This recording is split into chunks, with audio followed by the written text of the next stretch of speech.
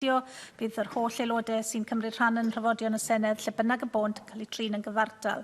Mae cyfarfod llawn ac yn helir drwy gynadledd fideo'n unol a rheolau sefydlog Senedd Cymru'n gyfystyr y thrafodion y Senedd at ddibenion deddf Llywodraeth Cymru 2006. Bydd rhai o ddarpariaethau rheol sefydlog 34 yn gymwys ar gyfer cyfarfod llawn heddi. Mae'r rhain wedi nodi ar yr agenda, a dwi eisiau atgoffa'r aelodau bod y rheolau sefydlog sy'n ymwneud â threfn yn y cyfarfod llawn yn berthnasol i'r cyfarfod wrth gwrs, ac yr un mor berthnasol i aelodau sy'n y siambr ac ydyn nhw i'r aelodau sy'n ymuno drwy gyswllt fideo. Yr eitem gyntaf ar yn agenda ni y prynawn yma yw'r cwestiynau'r Prif Weinidog, ac mae'r cwestiwn cyntaf gan Dawn Bowden. Dawn Bowden. Diolch, Llywydd. Would the First Minister update the Senedd on recent discussions with HM Courts and Tribunal Service about tackling COVID on the courts' estates in Wales? Llywydd, thanks Dawn Bowden for that question. Courts in Wales must operate safely during the pandemic. To that end, officials maintain regular dialogue with the Ministry of Justice and with HMCTS. I have written to the Chief Executive seeking further assurances that all necessary steps are being taken to ensure the safety of those attending court premises in Wales. Thank you for that answer, First Minister. And following concerns that were raised with me, I've also recently written to the Courts and Tribunal Service seeking assurance that their operational practices remain in line with Welsh COVID rules.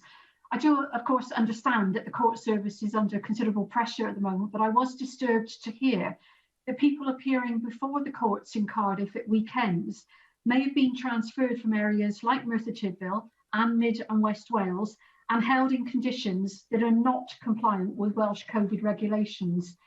I further understand that some 16 solicitors working in the courts in Cardiff have also made representation to the court service with their concerns about safe working practices. So can you please seek two assurances? One, that the treatment of people on remand and appearing before the courts in Wales, as well as those people working in the courts, is in compliance with Welsh COVID regulations, and to ask that Her Majesty's Courts and Tribunal Service make full use of their estate, including the restoration of weekend courts in places like Merthyr Tydfil if needed, to help us all keep safe from the spread of infection. Shall we thank Dawn Bowden for a supplementary question. I'm very happy to take up the issues that she has identified. I thank her for letting me have sight of the letter that she herself has written to the Courts and Tribunal Service. And I did indeed see the letter from legal practitioners, their open letter of the 18th of September. I want to just assure members that the Welsh Government has remained in regular dialogue with senior people in the court service throughout the pandemic, both myself and the Counsel General. I had an exchange of letters with the Lord Chief Justice earlier in August, in which he said to me that Wales had been at the forefront of the efforts made by the service for safe reopening of Crown Courts and Magistrates' Courts. And I last had an exchange of letters with the Lord Chancellor, which culminated in a reply from him on the 21st of September. So I want to give members an assurance that we have pursued issues throughout the pandemic, making sure the Public Health Wales advice is directly available to the courts service and that its advice is properly known to them. It is then for them to make sure that they minimise risks, both to defendants and to other people who are working in the court system, and we will continue to make representations to the UK Government to ensure that court premises in Wales are safe for all of those who need to use them. Janet Finch-Saunders. Diolch, Llywydd.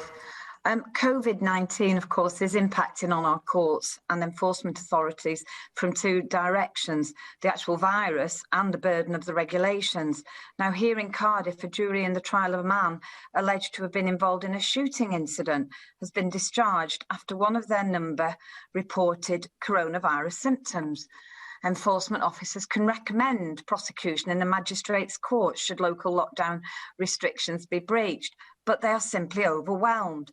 Now, South Wales Police is responding to an average of 40 reports of potential breaches daily, and Advon Jones, the North Wales Police Crime Commissioner, has stated publicly that now we're back to normal with traditional crime, plus we've still got to enforce these coronavirus regulations. So what steps, First Minister, are you taking to assist with tackling the two major issues being caused to enforcement authorities by COVID-19? Well, I would not myself describe the regulations that are there to keep us all safe as a burden. They are a necessary protection, which means that people's lives in Wales are safer than they would be without the regulations. I recognise what the Police and Crime Commissioner for North Wales has said, that levels of general crime were suppressed back in March and April, but they have recovered, if that's the right word, to the sorts of levels that were being seen earlier in the year. And now our police forces are working very hard indeed to make sure both that they deal with those matters, but that they also are able to assist in the vital business of enforcing coronavirus restrictions and regulations here in Wales. I fully support the approach that our police forces have taken throughout the pandemic, that you begin always by making sure that people are aware of the rules, that you educate, you advise, you encourage, but when that runs out and people deliberately and knowingly break the laws that are there to protect us all, then enforcement action must be taken, and that is the approach which our police forces are taking, and they have the full support of the Welsh Government in doing so. Dilynwch. Thank you, Llywydd. What assessment has the First Minister made of the impact of the ongoing pandemic on the first 1,000 days of a child's life in Wales? Llywydd, I thank Lynn for that. Although babies and young children are unlikely either to contract or be seriously affected by COVID-19, the Welsh Government remains focused on the long-term physical, mental and emotional well-being of all of those growing up during the coronavirus crisis. First Minister, the evidence is unequivocal that the first 1,000 days of a child's life from pregnancy to age 2 lays foundations for a healthy and happy life. The recent Babies in Lockdown report from the Parent Infant Foundation highlighted the stark impact that COVID has had on families and babies, and also that families already at risk of poor outcomes have suffered the most, coronavirus entrenching disadvantage yet again. We know that in Wales, concerns have been raised about restrictions on the involvement of partners in pregnancy and labour, as well as the impact of reduced health visiting services on perinatal mental health and breastfeeding rates. Given that we face a prolonged period of restrictions this winter, what steps will the First Minister take to ensure that the first 1,000 days of a baby's life is really at that fundamental opportunity to build good physical and mental health for life? Thank you. Thank you, Llywydd. Well, of course, I agree with Lynn Neagle about the importance of that first 1,000 days when children's brains are growing faster than they will at any other time in their lives, and when those very important attachments are being laid down that will form the basis of emotional well-being over the rest of their lifetime.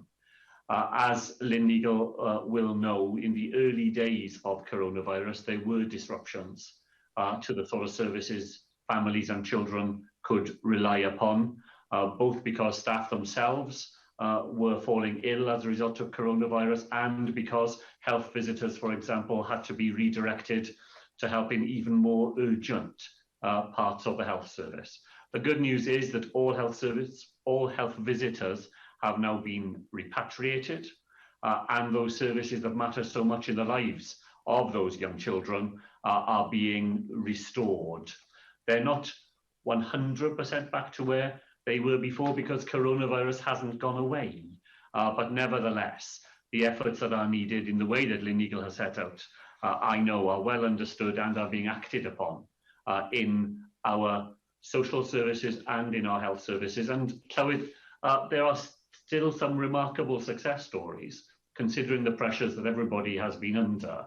Immunisation rates in Wales during the first 3 months of this financial year, so the 3 months when the coronavirus crisis was at its greatest, the 3-dose 6-in-1 vaccine for infants went above 95% during that quarter, and the MMR first dose for 2-year-olds increased to above 95%. So despite all the difficulties that people were facing, and we know that people were reluctant sometimes to come forward for treatments in that very difficult period, there is evidence of the continuing success of services for young people in those first 1,000 days. Laura Ann Jones. Thank you. First Minister, those first 1,000 days are so important, and I'd like to back up what Lynn has said with her concerns she's raised with you today, and also thank you and the government for listening to some of those concerns. Having a 1.5-year-old myself, who turned 1 during lockdown, our first in the national lockdown, I can say that I was really worried for his development process because of the lack of interaction with others, particularly those of his own age. Interaction and play is so important for those stages of life. But if we're not careful, centres that encourage you to have that sort of interaction, like soft play centres, there won't be any left in Monmouthshire soon, due to their businesses being so badly hit by footfall and income during the surrounding areas being in lockdown. So please, First Minister, can I ask you today to somehow incorporate within that new round of funding that's coming forward soon, to incorporate a way of financially helping out those businesses who are losing out so badly due to on footfall at the moment because of the surrounding areas being in lockdown. Thank you. Well, so I thank Laura Ann Jones for that, and I very much recognise her starting point. Young children learn so much from other young children of their own age, and the opportunity to play and to socialise with children in that way is fundamental to them, and many families have found that those opportunities have been cut back as a result of anxiety about coronavirus and services not being able to operate in the way they previously did. The issue of businesses just across the border from local lockdown areas is a matter that the member raised with me, I know, last week. I promised then I would talk to my colleague Ken Skates about the points that she raised, and I've had an opportunity to do that. And I'm pleased to be able to report to her that the Economy Minister is ensuring that the sums of money we have set aside during phase 3 of the Economy Resilience Fund that were designed to help businesses in lockdown areas, that there will be flexibility to allow businesses just across the border who are affected by those lockdown measures to take advantage of that fund as well. And I thank her again for raising that point with me. Cwestiynau nawr gan arweinwyr y pleidiau, ac felly'n gyntaf wythnos yma, arweinydd y Ceidwadwyr Cymreig, Paul Davies. Diolch, Llywydd. First Minister, yesterday one of your health ministers warned that a second national lockdown could be introduced here in Wales. Does this mean that the Welsh Government's current approach to implementing the current lockdowns has been a failure? So is no more than the Prime Minister's announcement of a new 3-tier system in England was a measure of failure in England. It's a facile point to make. What the Health Minister was warning of yesterday is that coronavirus numbers are growing right across Wales, that the gap between those parts of Wales which are not in local lockdown measures and those who are is shrinking, and that we have to be prepared for the fact that the measures we have taken so far may not be enough to meet the onslaught of the virus during the autumn and winter. The Prime Minister moved to change arrangements in England yesterday because of the upswing in virus there. We will do the same in Wales if we need to do it here. Llywydd, of course, the First Minister wants to talk about England, so let's talk about England. Let's talk about the fact that the latest evidence from the ONS shows that the number of COVID-related deaths is proportionately higher here in Wales than in England. Let's talk about the fact that 2/3 of tests carried out in Wales are done by UK lighthouse labs, and so Public Health Wales's capacity clearly isn't being used effectively in Wales. And let's talk about the massive investment the UK government is delivering into Wales to support our businesses and public services right across the country, over £4 billion to date. I have to say, Llywydd, I'd want to talk about England if I was responsible for this Welsh Government's record. Now, the Welsh Government's approach has been to implement a mix of county-wide lockdowns and hyper-local lockdowns, like in the case of Llanelli and Bangor. And in order to better judge the effectiveness or indeed ineffectiveness of the Welsh Government's current lockdown approach, it is vital that it publishes data at a community level. The Welsh Government must also publish data by demographics so we can follow trends and better use our resources to protect our people. And the Welsh Government must openly publish transmission data so that we see how the virus is being transmitted, for example, by household, hospitality setting, workplace or by travel. And the people of Wales must be able to judge for themselves whether the measures being taken by the Welsh Government so far have been proportionate or not. Now, some counties, of course, have chosen to publish community data themselves, such as Rhondda, Cynon Bridgend, Merthyr Tydfil and Monmouthshire. And that transparency is absolutely crucial. And it's only fair that everyone in Wales should have access to data about their own local communities. So, First Minister, will you now commit to leading on this by publishing data on a community basis, on a demographic basis and on a transmission basis so that the people of Wales can be confident that the current lockdown measures are proportionate to the threat of the virus in their own areas? Well, so it is the policy of the Members' Party that for Wales we should see England, so nobody should be surprised at his introduction to this next series of questions. I agree with him that local level data published by some local authorities in Wales has been a very useful guide for those local populations and would encourage other local authorities who are in a position to do so to do the same. The Welsh Government publishes a huge amount of data every day in relation to coronavirus, both directly ourselves and through Public Health Wales and through other aspects of services for which we are responsible. What I won't do is to publish data that is so volatile that it is impossible to draw sensible and reliable conclusions from it. The data we publish needs to be data that can be sensibly used, and where it can be, then we do. Well, First Minister, you say that you, as a government, publish the data, but that's not the case, though, is it? Because Vaughan Gething has already made it clear that the Welsh Government won't publish more localised data to keep people in Wales more informed, because on the 25th of September, he said he doesn't want to provide a running commentary. You're saying one thing, and Vaughan Gething is saying something else. Clearly, you are not singing from the same hymn sheet as a government, First Minister. And Wales needs a balance between protecting lives and livelihoods, and we're yet to see enough valuable data to judge the proportionality of the Welsh Government's measures. Instead, what we have seen is the Welsh Government push for a travel ban, despite providing no evidence that one is actually needed. And First Minister, before you push ahead with a travel ban, you should publish the evidence that you have that proves the case for one. And in the meantime, the Welsh Government has had plenty of opportunities to bring in mandatory testing at Cardiff Airport. 4 weeks ago, you said you were in discussions with the managers of the airport you own, and yet there's still been no progress. First Minister, passenger numbers are down by 93%. So do you have any intention to introduce mandatory testing, the same testing your party colleagues in London keep calling for, or, as is the case with your proposed travel ban, are you just waiting for England to do it first? Well, Llywydd, I'm afraid the Leader of the Opposition really is all over the place this afternoon. He hops from one remote contingency to another. There is no difference between the Health Minister and myself. I said we would not publish data at a localised level that is not reliable and cannot help people to make informed and proper decisions. That is what the Health Minister says. That is what the member needs to understand.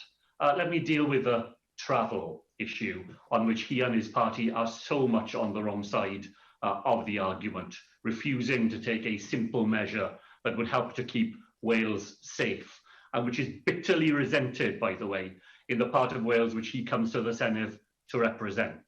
a part of Wales in which the current rate of coronavirus is below 30 per 100,000 of the population, but where his government in England allows people from Liverpool, where 800 cases per 100,000, to travel from Liverpool to Tenby and to the west of Wales to stay.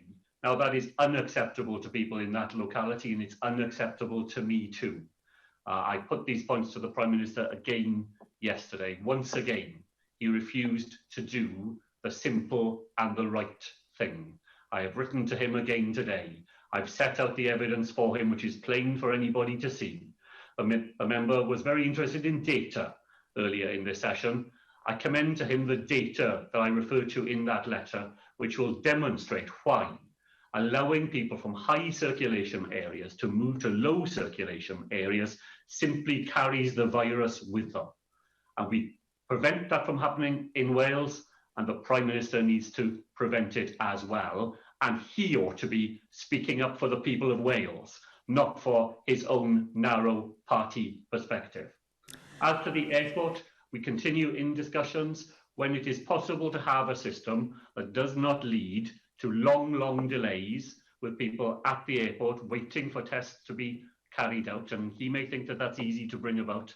I can tell you, having read all the information, it's not. There are ways in which we can tackle that problem. We're very close to agreeing it. And once we do, then we will make sure that people arriving in Cardiff Airport are able to be tested and tested rapidly, so that where they're able to, they can resume their daily lives. Arweinydd Plaid Cymru nawr, Adam Price. Diolch, Llywydd. 3 weeks ago, the Strategic Advisory Group for Emergencies, SAGE, advised that a combination of interventions would likely be necessary to bring R for coronavirus below 1. Among the measures that it said should be considered for immediate introduction were a circuit breaker, a short period of lockdown to return incidents to low levels, the closure of all bars, restaurants, cafes, indoor gyms and personal services, and all university and college teaching to be online unless face-to-face teaching is essential. Can you confirm, First Minister, that you were privy to this information 3 weeks ago? And with R in Wales and currently at 1.37 and with the number of new cases reported today at 764, why have you decided not to implement the SAGE recommendations when you have said consistently that you would be guided by the science? Well, Llywydd, SAGE advice comes to the Welsh Government via the TAC committee. It doesn't come unmediated because SAGE advice is dominated by the need to provide advice to the largest of the 4 UK nations. That's why we have our own technical advisory cell, and SAGE advice comes to me via that cell, and we've not yet been advised by TAC to implement a circuit breaker system. But I do take the arguments in favour of a circuit breaker period seriously, and in the COBRA meeting yesterday, I asked the Prime Minister for an extra special COBRA meeting specifically to discuss the circuit breaker idea. I think it's an idea that will need further examination and needs to be shared in perspectives between the 4 UK nations. I repeat that call to the Prime Minister in the letter that I've written to him today. Let's look at the evidence from the Technical Advisory Cell that you referred to, First Minister. I mean, on the 18th of September, it said a package of non-pharmaceutical interventions on a local and national scale may be needed to bring R below 1. An earlier and more comprehensive response is likely to reduce the length of time for which they're required. It repeated that in its next report on the 25th of September, in which it said, if the current measures do not bring R below 1, then further restrictions will be needed to control the epidemic in Wales. The earlier additional measures are introduced, the more effective they will be. Your Labour colleague at Westminster, Jonathan Ashworth, has said today that the inaction of the government in light of the Sage Papers is alarming, and that the Labour opposition would have followed the scientific advice and implemented a circuit breaker weeks ago. Keir Starmer said yesterday that the Prime Minister in these circumstances has to act quickly and decisively. But doesn't the same also apply to you, First Minister? Well, Llywydd, I believe we have acted quickly and decisively. The local restrictions that we have in health protection areas in Wales go beyond what is required in England, even in the Tier 3 measures that the Prime Minister has published. And over the weekend, we had to move again to impose such local restrictions in another area of Wales, in Bangor, in North Wales. So I believe we do act quickly, we do act decisively. I want to be clear with members, as with people who live in Wales, that if the position we face continues to deteriorate, if the number of cases of coronavirus continues to go up, if we continue to see an additional flow of people into our health service, as we have over the last week. So 4 weeks ago, the number of beds occupied by people with suspected or confirmed coronavirus in our hospitals was around 200. This week, it's around 500. If we continue to see those numbers rise in that way, then further measures will be needed. One area where we do need quick and decisive action is in relation to travel from areas of high infection that you've already referred to. This is the 4th week running that I've highlighted the absurdity of people in areas of high COVID rates in England being allowed to travel into parts of Wales. Yesterday, the Health Minister for the first time confirmed that there had been importation of coronavirus cases from contact with some of those high prevalence areas in England. Perhaps, First Minister, you could give us a little bit more detail about that evidence. But clearly, the UK government should act to close this travel loophole. But, you know, waiting for Bojo is proving a pretty futile exercise. So rather than writing another unanswered letter or waiting for a 4-nation COBRA, why not act independently now in the interest of the people of Wales? If you need extra parliamentary time this week, First Minister, to get this legislation through, then we as an opposition party will support you. Can we really afford to wait another day, let alone another week? Well, so the member asks where the evidence comes from. It comes from the wastewater surveillance survey that demonstrates that when people come into Wales from other parts of the United Kingdom, then the rate of coronavirus found in wastewater goes up, and it is found in genomic evidence, important new genomic evidence. Refer to that in the letter that I've sent to the Prime Minister. You see, where I differ from the leader of Plaid Cymru is that he uses the language all the time of people from England coming into Wales, as though this was some sort of contest between Wales and England. And I've been absolutely clear that is never the point that I have made to the Prime Minister. The point I make to him is that people from high prevalence areas should not be allowed to travel to low prevalence areas. Wherever the high prevalence areas are in the United Kingdom, wherever the low prevalence areas are in the United Kingdom. So this is not about stopping people from England coming to Wales, nor should we ever fall into that sort of way of talking.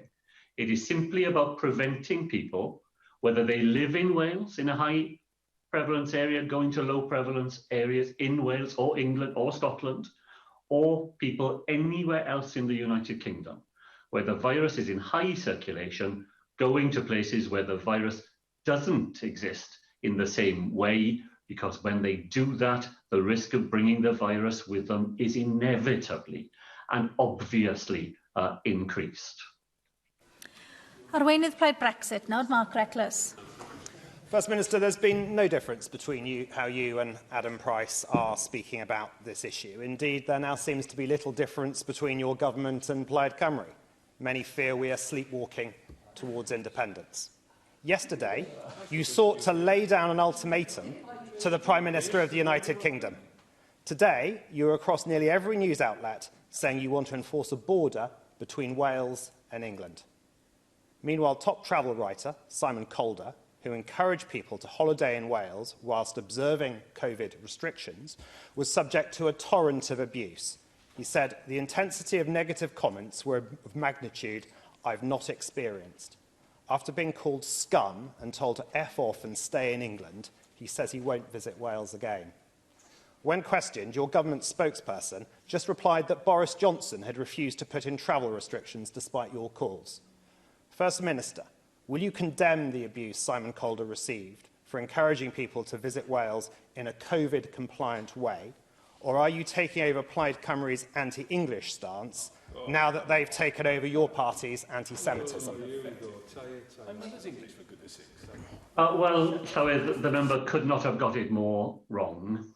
I have done my very best throughout the discussion about travel to make it clear that for me it is not a matter of the border.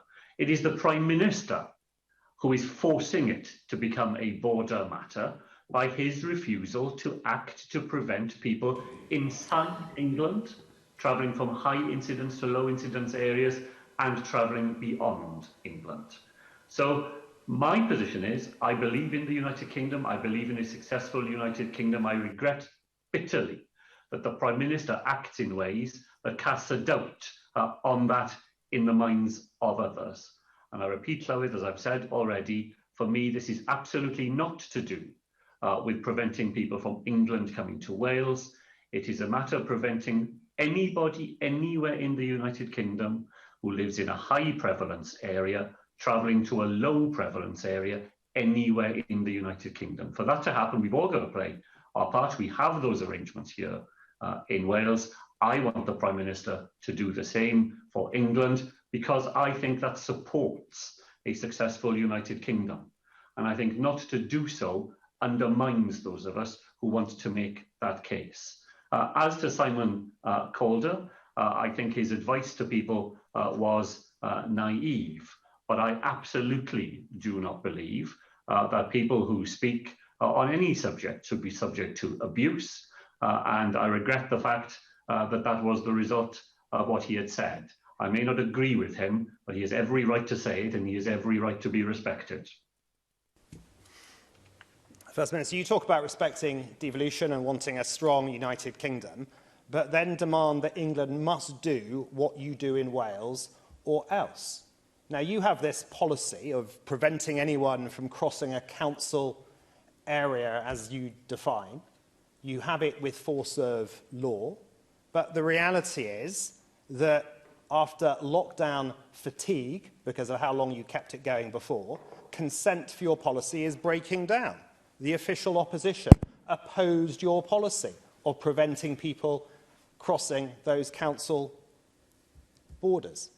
Because you locked down harder and longer in Wales to postpone infections from the summer into autumn and winter, our economy as well as our health has suffered. The Centre of Cities think tank found that Cardiff had seen the weakest post-lockdown recovery outside of London, with only 51% of pre-COVID footfall returning to Cardiff. Yet infections in Wales are shooting back up, as they are in England. In my region, the areas with least infection are on the English border, whilst Cardiff, Swansea and the valleys have higher rates than nearby parts of England. Yet you imply that our problems here reflect policy in England and seek to blame COVID spread on people coming over the border from England. First Minister, isn't the real reason you are threatening to enforce a border to distract from your own government's and this institution's mismanagement of the pandemic? Well, I totally disagree with those points. The way that coronavirus has been managed in Wales, I think, has secured the agreement and the consent of people in Wales. They certainly don't agree with the sort of fringe ideas that the member peddles in the chamber during the time he has still left with us, nor do I accept that. The point of our travel request to the Prime Minister is anything other than a sensible, straightforward course of action designed to protect people and to keep Wales safe. That is the object of this government. It may not be shared by him. Cwestiwn 3, Rhiannon Passmore.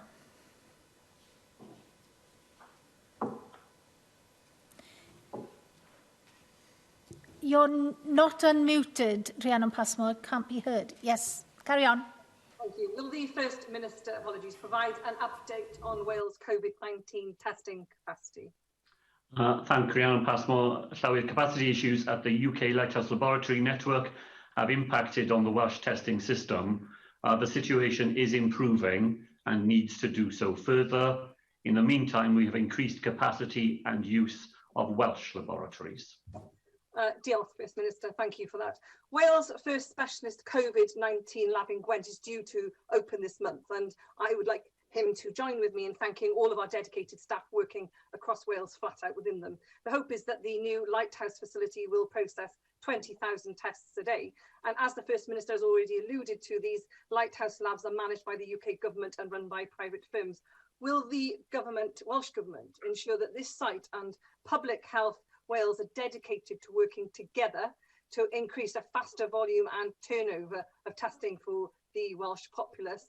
Furthermore, the announcement last week that the Welsh Government would create local testing sites at Wales universities in Cardiff, Swansea, Pontypridd, Bangor and Aberystwyth is also to be welcomed. So, First Minister, what further possibilities are there for the Welsh Government to increase that testing capacity, and what possibility is there of locating a testing facility within my constituency of Isfahan? Thank you. So I thank Rhiannon Passmore for that. She's right to say that the new centre at IP5 became operational on the 5th of October. It's already able to process 10,000 tests a day and will be able to process 20,000 tests a day when fully operational in the next couple of weeks. So that will further boost our lab capacity, the resilience of our system, and will help us to go on improving turnaround time. So I'm very pleased to be able to give that reassurance to the member that we are using that opportunity as we are using the £32 million the Minister for Health was able to make available to Public Health Wales to provide 24-hour working in regional labs in Swansea, Cardiff and in Rhyl, and 6 new hot labs situated in acute general hospitals. The local test sites at universities, the one in Treforest opened on the 25th of September, the one in Swansea opened earlier this week, the one in Bangor will open on the 16th of October, in Cardiff on the 16th of October, in Aberystwyth on the 19th of October. So once again, we are moving rapidly to make sure that those local testing facilities are available. And I want to give the member an assurance that we would use our mobile testing units as well, so that if there were a need for additional specific site facilities in her constituency, were that to become necessary, then we have the facilities and we have the experience of moving them rapidly to those places where they are most needed. Andrew Arty Davis. Thank you, First Minister, for that answer. If I wanted a more detailed response in relation to your letter to the Prime Minister, I could now go to the media, because I see they're actively tweeting out that letter, and we as Assembly members haven't seen the scientific evidence that you've attached to it, which is highly regrettable and disrespectful, I'd suggest to you. Also, when it comes to SAGE's advice, when it comes to travel restrictions, it says that they would have a low impact and they have moderate confidence that they would be successful. They go on to say exemptions and enforcements are likely to be very complicated to enforce.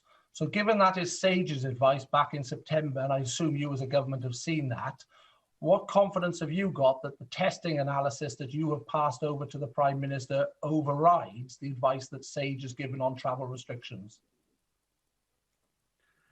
Well, I'm not certain what that question has anything to do with Wales's testing capabilities. And if he wants to talk about being disrespectful, I wrote to the Prime Minister over 2 weeks ago with a detailed request for travel restrictions. I'm not even had a reply to that letter. That's disrespectful. That's disrespectful to the Senedd and disrespectful to the people of Wales. I provided the Prime Minister with the very latest information and research that has come in after the date to which the member referred. Let's hope that this time he will be prepared to consider it with the seriousness it deserves. Rhina Piorwerth. Diolch Llywydd, os gawn ni ddod yn ôl at brofi. Mae wedi dod yn sylw i bod problemau difrifol wedi codi efo'r system brofi cyffredinol yn un o ardaloedd bwrdd iechyd y de. A mi licen i wybod beth yw'r gysylltiad rhwng hynny a phrofi Covid.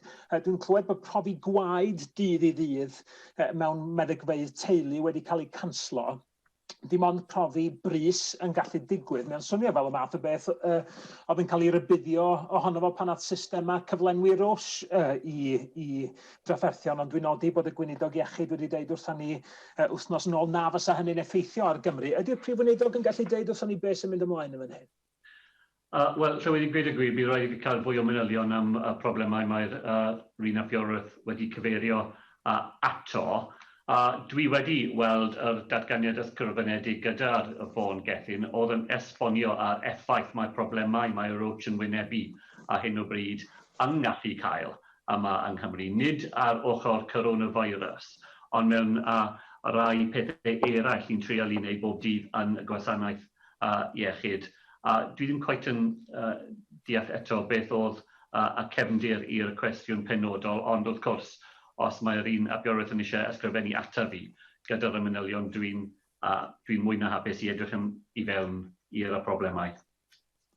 Cwestiwn 4, David Rowlands.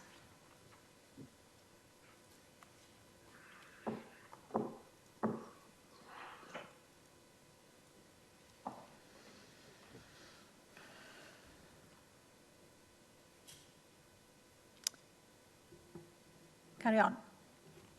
Diolch, Llywydd. What assessment has the First Minister made of post-pandemic economic recovery in Wales? Llywydd, I can thank David Rowlands for that question. Last week, we published our COVID-19 reconstruction plan. It sets out our assessment of the profound economic, health and social impacts of the virus and how we will work with partners to build a safe, healthy future for Welsh people that is fairer, more equal, greener and prosperous. Well, I thank the First Minister for his answer. Whilst it is prudent to make such arrangements for a post-pandemic environment, it is also true that it is incumbent upon the government to mitigate against the economic consequences of lockdowns whilst the virus is still with us. The recent lockdown arrangements are, of course, having a devastating effect on businesses across Wales. However, Minister, I do not want to question the merits or otherwise of the overall lockdown measures, but in the absurdity of the recent restrictions where we are not allowed to travel from one local authority to another. There are parts of South Wales where you cannot quite literally cross the road or go to the end of the street, because in so doing you would be passing from one authority into the next. How can the Minister and his government justify such ridiculous restrictions, and why is it necessary to prevent people travelling from one authority to the next when both are in lockdown and have similar COVID figures? And yet, for work purposes, people can travel into Wales from COVID-racked cities like Liverpool. First Minister, it's important that we bring the people of Wales along with us in these very troubled times. Is it not true that such nonsensical restriction rules will not help us to achieve this? I've already said several times this afternoon that the answer to people being able to travel into Wales from higher coronavirus areas beyond Wales, that the answer to that is to stop it from happening. It's not a nonsensical restraint to say to people that they shouldn't travel outside their own local authority area, because the more people we see and the more travelling we do, the more the virus spreads. And the restrictions are designed to try to bear down on the fact that coronavirus is rising in so many parts of Wales. Now, if we are able to do things in those parts of Wales where the measures we have taken so far are having an effect, then I want to offer people in those parts of Wales hope that their actions are bearing fruit. And if we can do anything in the area of travel, that I think is one of the first things that we would be likely to be able to offer. But the context that we are all operating within is one where the skies are darkening. And I'm afraid that everything we do has to be tested against that basic fact of contemporary life in Wales. Coronavirus is on the march again. It is reaching deeper and further into communities. It is driving more people into hospital. It will lead to greater use of our ICU beds. And very sadly, because this is a deadly disease, more people will die. And the restrictions we're asking people to live with are all designed to try to keep them, their families and their communities safe. And there's nothing nonsensical about that. Sir George. First Minister, your aim of having 30% of people working from home is very laudable. However, to work from home, you almost certainly need to have a decent broadband connection. I have constituents who want to work from home, but can't, as they don't have adequate broadband, meaning they have no other option but to travel to work. How are you going to achieve your aim, First Minister, of home working when you have failed to deliver your 2011 manifesto commitment of delivering superfast broadband to all premises by 2015? Well, Llywyd, thanks to the Welsh Government and its investment, thousands and thousands of households in Wales now do have access to superfast broadband, and they certainly would not have had it without the intervention of the Welsh Government in this non-devolved area. Now, it's only a week ago that the leader of the Members' Party was telling the people in Wales that he would prevent a future government led by himself from spending money on non-devolved responsibilities.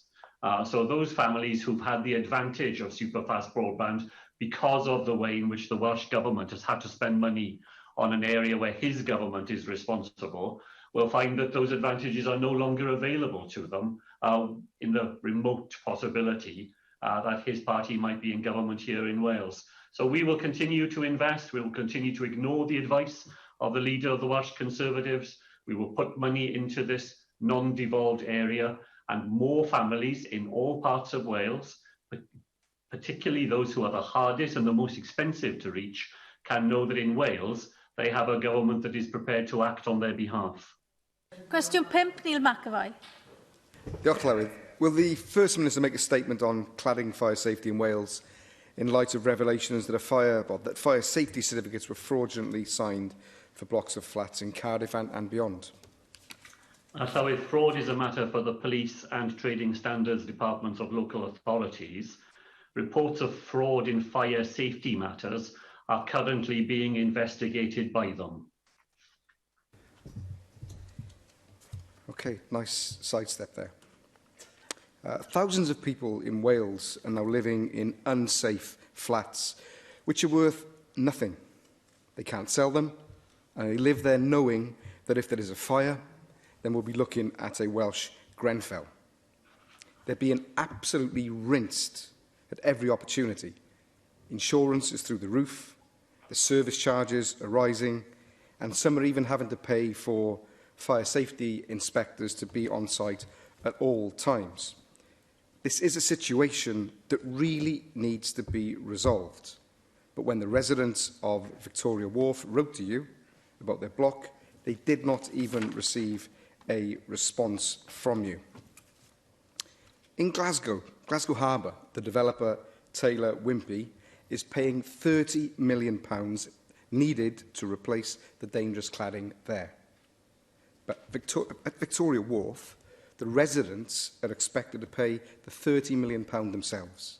And there's one veteran I spoke to, David Murphy, who is now worried about being made homeless because of these costs. So why is it that in Scotland, the developer pays to fix the problem, but in Wales, residents are expected to pay themselves? Taylor Wimpey actually advises your government on building regulations. So could you not advise them to cough up the money like they have in Scotland? Or is it actually the conflict of interest which is driving government inaction in this area? Well, the member's instinctive reach for a conspiracy explanation is on evidence again today. If residents have written to me, they will have had a response. Builders and owners are responsible for the buildings which they have constructed and which they own, and they should pay. They should pay to make good the deficits in those buildings. It is neither right nor fair nor moral that the leaseholders should be left carrying the can. I can't be clearer on that. Those companies should do the right thing by those people who have been affected by their failures. That is the position of the Welsh Government. I repeat it again today. And where there is fraud, as I said in my original answer, Llywyd, it is not for a moment to sidestep something, to be clear that the authorities who have the responsibility to investigate fraud are doing so. In this case, the Gwent Police and the Caerphilly Trading Standards Department are carrying out an active investigation into the matters which this question began with, and they must be allowed to complete that investigation. David Melding. First Minister, I think what you say about the need of the private sector to accept responsibility is an important one.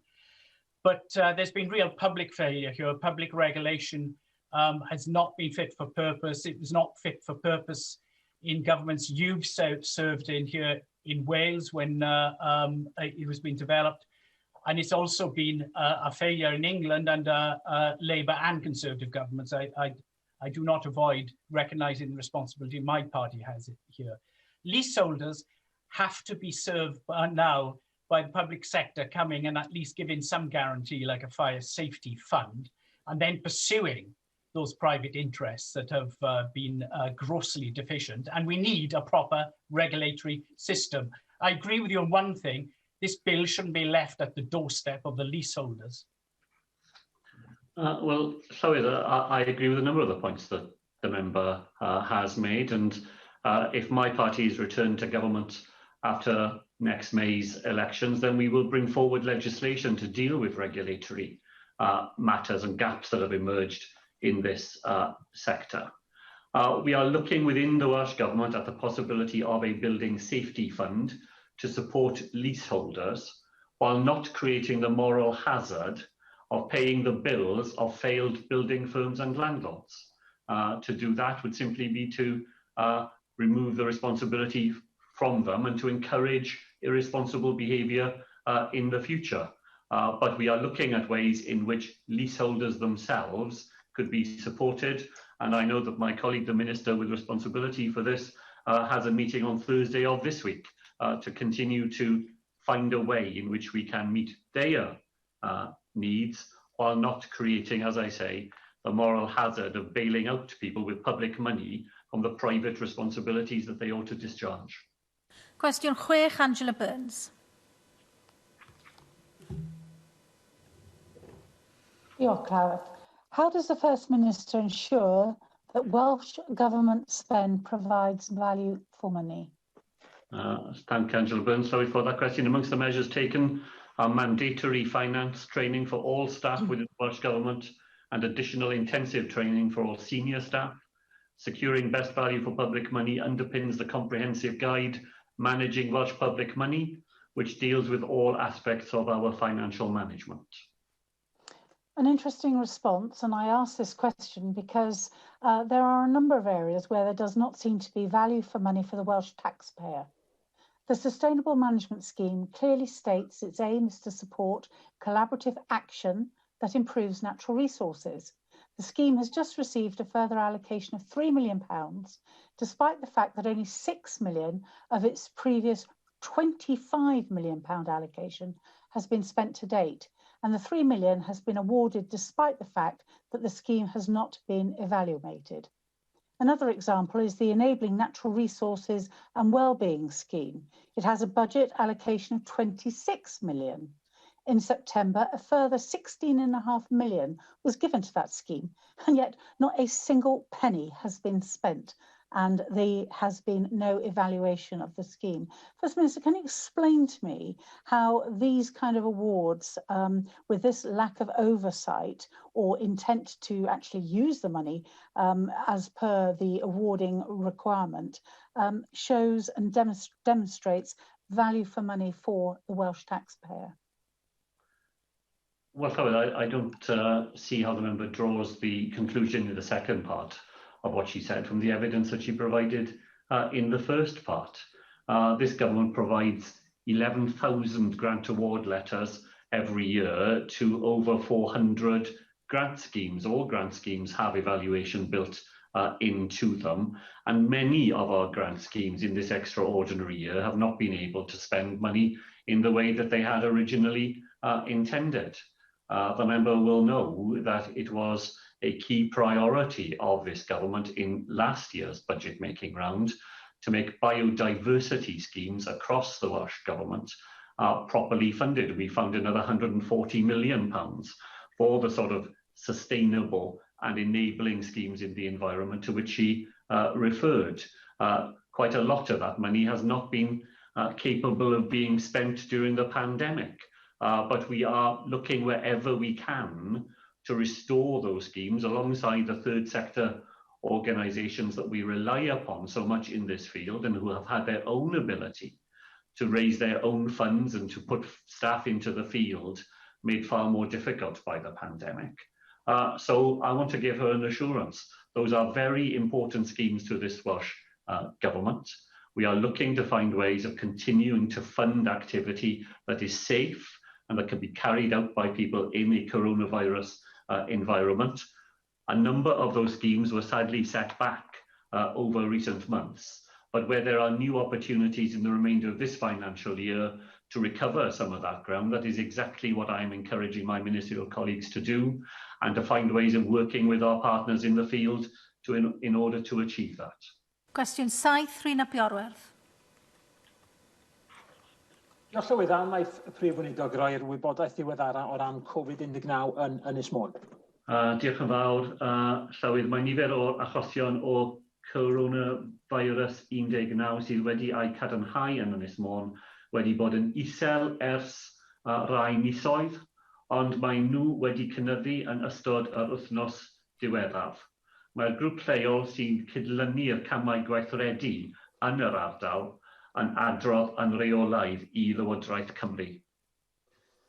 Diolch am yr ateb yna. Pan nath Bangor I mewn I gyfnod y gyfyngiadau uwch, mi nath un busnes ar Ynys Môn gysylltu'n syth I ddeud, plis gawn ni'na hefyd.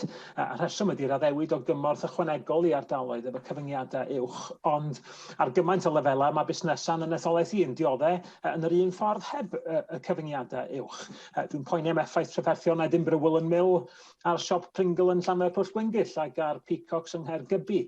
Mae busnesau digwyddiadau fel cwmni Sain Mad neu gwmni Always Aim High sy'n methu cynnal unrhyw weithgaredd busnes ar hyn o bryd yn dioddau'n arw. Mae yna busnesau lletygarwch sy'n dioddau'n drwm, a busnesau neu'r hunan gyflogedig sydd wedi methu cael cymorth dan gam 1 na 2 y gronfa cadernid economaidd a sydd yn desbryd am gefnogaeth. Ac mae Busnes Cymru a siantaeth I Lywodraeth Cymru wedi cyfeirio o leia 2 busnes, un swyddfa I chwilio am help. Ron, Prif Weinidog, plis gawn ni ymrwymiad. Un y bydd ymdrech o'r newydd I adnabod yr rheini sy'n yn y dyfroedd economaidd mwyaf dwfn oherwydd cyfyngiadau ar ei gweithgaredd neu fethiant I gael help hyd yma. A 2, y bydd Llywodraeth Cymru yn ceisio sicrhau bod cymorth yn ymestyn I bob ardal, nid dim ond y rhai sydd yn destyn cyfyngiadau uwch. Before the First Minister answers that question, I'm aware that there is some difficulty with the translation at the moment that's related to our ongoing broadband connection problems. I'm assuming that the First Minister did understand the question without the need for translation, but we will be looking into this matter further. So the First Minister to respond. Llywyd, I'll respond in English to the questions in that case. And I want to just give an assurance to Rhina Piorwerth that when over the weekend we were taking the difficult decision to impose local restrictions in the Bangor area, we had around that table many local services and bodies able to reflect on the impact that would have on Ynys Môn in particular. We followed that up yesterday with a meeting involving the leader of Ynys Môn local authority to make sure that we could hear directly from her of the likely impact of those Bangor restrictions on the island. So it was We were aware of it from the very beginning as an issue and have followed it up since. I think Rhina Bioreth will have heard my answer to Laura Ann Jones earlier in the afternoon about flexibility in the funds that we are providing to local lockdown areas, to neighbouring areas, where the impact of that spills over into those localities. That will certainly be the case in Ynys Môn. And once again, I'll make sure that in discussions that I will have with my colleague Ken Skates, that we find ways of making sure that the necessary help to firms directly affected on the island because of the Bangor restrictions, that is taken properly into account. Finally, question 8, Leanne Wood. What is the Welsh Government doing to help people in the Rhondda overcome the impact of coronavirus? Thank Leanne Wood, Llywydd, for that. As we set out in our reconstruction plan, we are committed to a reconstruction that works for the people of Wales, including the Rhondda, by addressing the issues that matter most to them: unemployment, entrenched inequalities, affordable housing, revitalising our town centres, and supporting the foundational economy. Research from Save the Children has shown that more than half of the families in Wales on universal credit or child tax credits have had to cut back on essentials. And I'm seeing this at a community level with demand for the anti-poverty food project that is run from my office with the help of local councillors and fantastic volunteers. Will you provide more support for struggling businesses and families? I'm sure you support the calls on the UK government today from the TUC, and I'm sure that you will also share my pessimism about those basic demands for workers' rights being met. So will you therefore tell us what your government can do to ensure that if people are to make if people are to be made unemployed and lose their income, that they can claim some sort of universal basic income so that they don't lose their income if they do lose their livelihood, because we all know that when people lose their incomes, there are a lot of other problems that can follow on from that. So what can you do to introduce a universal basic income to overcome the problems that we know that the UK government are not going to solve?